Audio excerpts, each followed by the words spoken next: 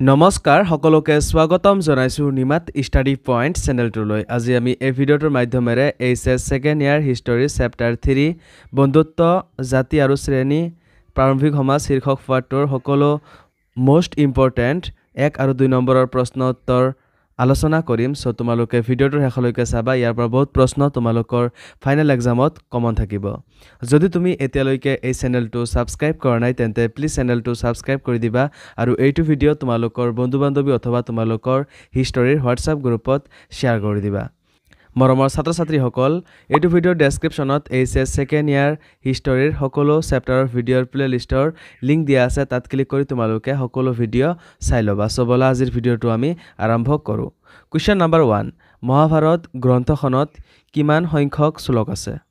Answer প্ৰায় 1 লাখৰো অধিক। কুৱেশ্যন নম্বৰ 2, বংশ কাক বোলে?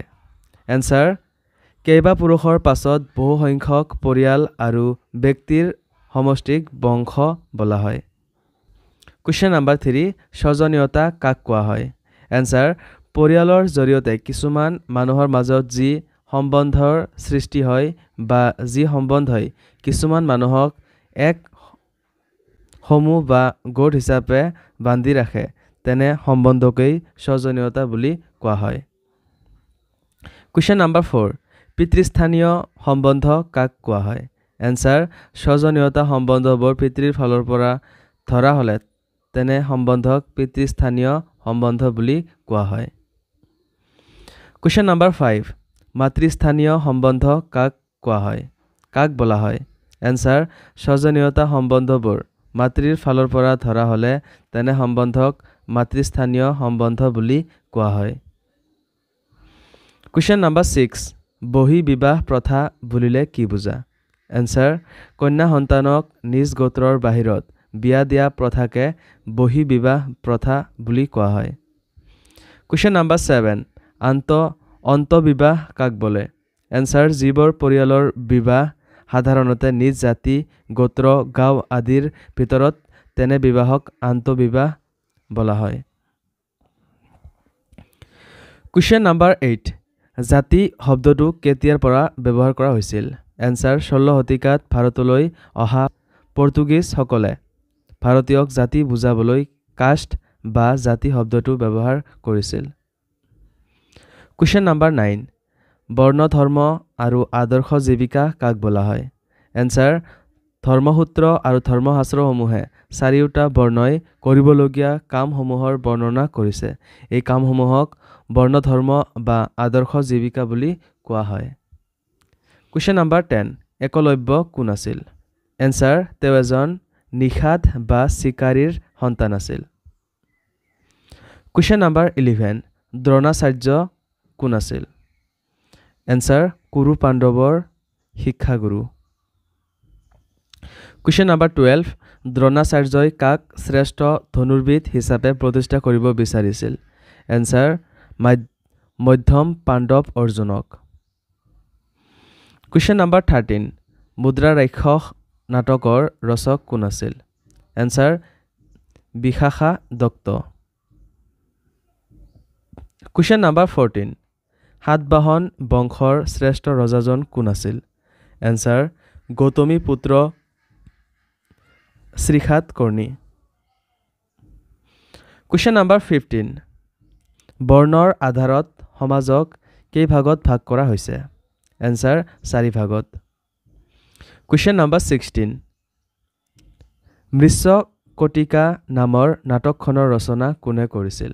এনসাৰ শূদ্ৰক।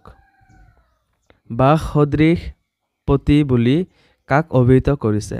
এনসাৰ ভীমক।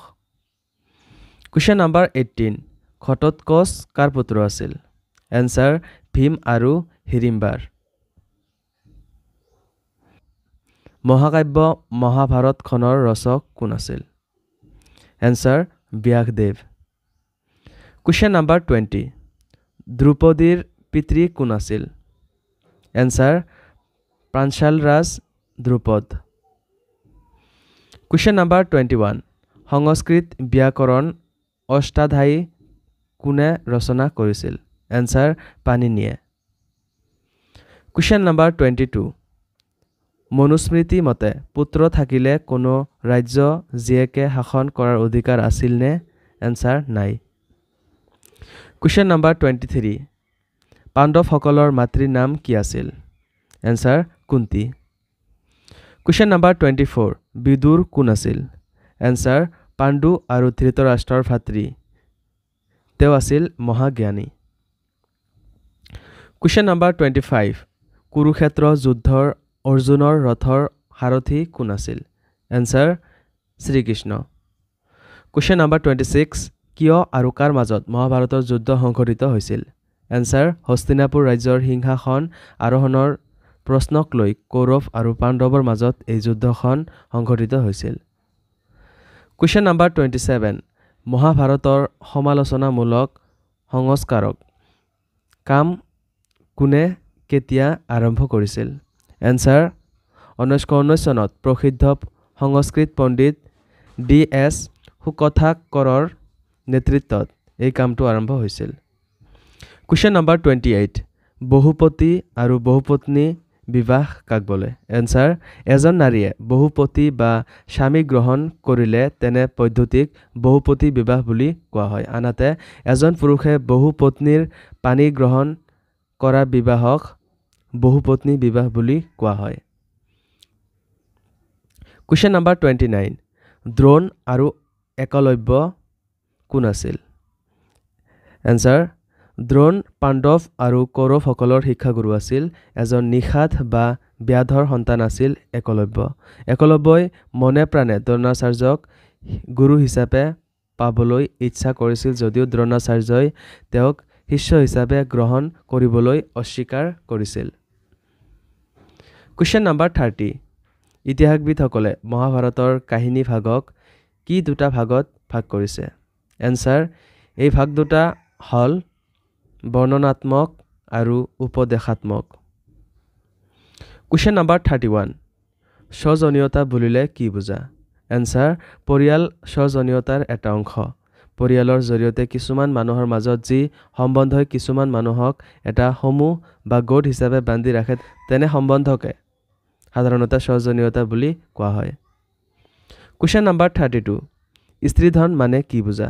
এনসাৰ কোনো ছোৱালীয়ে তেওঁৰ বিবাহৰ সময়ত পোৱা উপহাৰ বা ধনকে স্ত্ৰীধন বুলি কোৱা হৈছিল। এনে ধন বা সম্পদৰ ওপৰত মহিলাসকলৰ অধিকাৰ সমাজে মানি লৈছিল। তাত স্বামীৰ কোনো অধিকাৰ নাছিল। কুৱেশ্যন নম্বৰ 33 গান্ধাৰী কোন আছিল? তেওঁ দুৰ্যোধনক কি উপদেশ দিছিল? এনসাৰ কৌৰৱসকলৰ মাতৃ আছিল গান্ধাৰী। তেওঁৰ বৰপুত্ৰ দুৰ্যোধনক শেষবাৰৰ কাৰণে পাণ্ডৱসকলৰ লগত যুদ্ধ নকৰিবলৈ উপদেশ দিছিল। দুৰ্যোধনে মাতৃৰ উপদেশ আওকাণ কৰি যুদ্ধত অৱতীৰ্ণ হয়। শেষত দুৰ্যোধনকে আদি কৰি গান্ধাৰীৰ 100 পুত্ৰৰ মৃত্যু হয়। কুৱেশ্যন নম্বৰ 34 অশ্বত্থামা কোন আছিল? এনসাৰ পাণ্ডৱৰ এজন ডাঙৰ সেনাপতি কৃপাচাৰ্যৰ পুত্ৰ আছিল অশ্বত্থামা। কৌৰৱসকলৰ একমাত্ৰ জীৱিত বীৰ আছিল অশ্বত্থামা। কুৱেশ্যন নম্বৰ 35 গোত্ৰৰ বিষয়ে বিশেষ ধাৰণাৰ বিচাৰ কৰা। এনসাৰ বিবাহৰ পিছত পিতৃৰ গোত্ৰ ছেদ কৰি স্বামীৰ গোত্ৰ গ্ৰহণ কৰিব লাগে। তদুপৰি একে গোত্ৰৰ ল'ৰা ছোৱালীৰ মাজত বিবাহ কৰাটো নিষিদ্ধ আছিল। কুৱেশ্যন নম্বৰ 36 সাতবাহন বংশত পিতৃৰ লগত মাতৃৰ নামো উল্লেখ আছিল নে? এনসাৰ খ্ৰীষ্টপূৰ্ব 2য় শতিকাত অন্ধ্ৰ দেশত ৰাজত্ব কৰা সাতবাহন বংশৰ শিলালিপিৰ উদ্ধাৰ হোৱাৰ পিছত এই নতুন তথ্যটো পোহৰলৈ আহিছে। সেই লিপিৰ পাঠোদ্ধাৰৰ পিছত দেখা গৈছে যে গৌতমীৰ পুত্ৰ বশিষ্ঠৰ পুত্ৰ তেওঁলোকৰ উপাধিৰ লগত মাতৃৰ নামো সাঙুৰ খাই আছে। কুৱেশ্যন নম্বৰ 37 ব্ৰাহ্মণসকলৰ সামাজিক দায়িত্ব কি আছিল?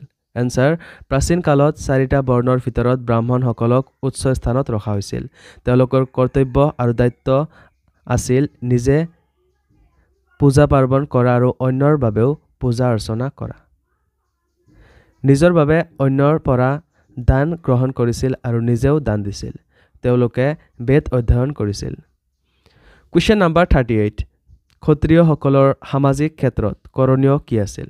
এনসাৰ ক্ষত্ৰিয়সকলে যুদ্ধ বিগ্ৰহত সদায় নিয়োজিত আছিল অন্যান্য বৰ্ণৰ লোকসকলক সদায় ৰক্ষণাবেক্ষণ দিছিল তেওঁলোক ন্যায় প্ৰতিষ্ঠাৰ বাবেও যত্নপৰ আছিল বেদ অধ্যয়নৰ দায়িত্বও তেওঁলোকে গ্ৰহণ কৰিছে আৰু লগতে ব্ৰাহ্মণসকলৰ হতুৱাই যাগযজ্ঞ আৰু পূজা পাতল কৰোৱাইছিল কুৱেশ্যন নম্বৰ 39 বৈশ্যসকলৰ সামাজিক প্ৰতিপত্তি আৰু সামাজিক দায়িত্ব কেনেকুৱা আছিল এনসাৰ তেওঁলোকেও বেদ অধ্যয়ন কৰিছিল ব্ৰাহ্মণসকলৰ দ্বাৰা পূজা পাতলো কৰোৱাইছিল আৰু প্ৰয়োজন সাপেক্ষে দান আগবঢ়াইছিল ইয়াৰ বাহিৰেও খেতি পশুপালন আৰু বেপাৰ বাণিজ্যত তেওঁলোকে নিয়োজিত হৈছিল কুৱেশ্যন নম্বৰ 40 ব্ৰাহ্মণসকলে কেনেকৈ সমাজত নিজকে সুপ্ৰতিষ্ঠিত কৰি ৰাখিছিল এনসাৰ ব্ৰাহ্মণসকলে বৰ্ণৰ ধাৰাটো অক্ষুণ্ণ ৰাখিবলৈ সদায় চেষ্টা কৰিছিল এই ধাৰাটো ঈশ্বৰ সম্ভূত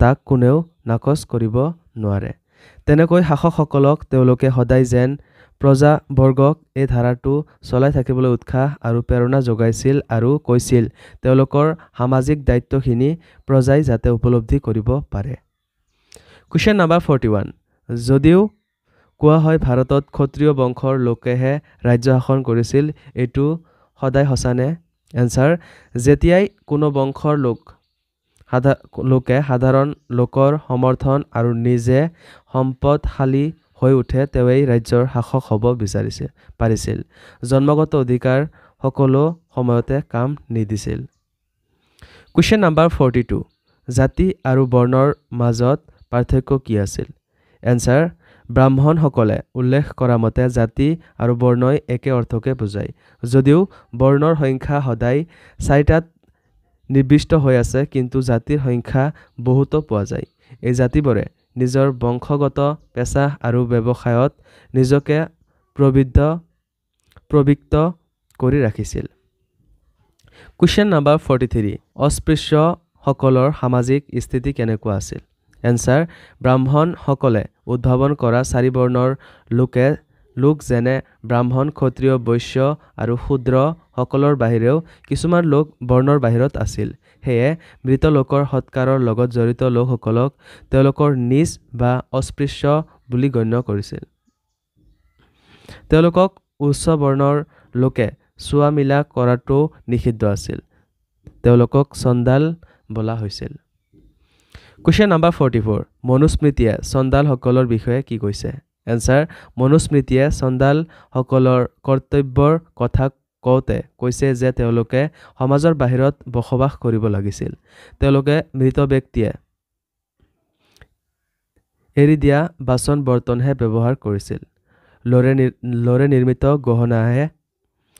নিৰ্মিত গহনাহে তেওঁলোকে ব্যৱহাৰ কৰিব পাৰিছিল তেওঁলোকে ৰাতি কোনো কাৰণতে চহৰ বা গাঁৱত ফুৰিবলৈ যাবলৈ বাধা আছিল কুৱেশ্যন নম্বৰ 45 মনুস্মৃতিয়ে ৰজাৰ মৃত্যুৰ পিছত সম্পত্তি কেনেদৰে ভগাই ল'ব এনসাৰ ধৰ্মসূত্ৰ আৰু ধৰ্মশাস্ত্ৰ মতে আৰু মনুস্মৃতিয়ে বিধান দিয়া মতে এজন ৰজাৰ মৃত্যুৰ পিছত পৈতৃক সম্পত্তিবোৰ ৰজাৰ পুত্ৰসকলৰ মাজত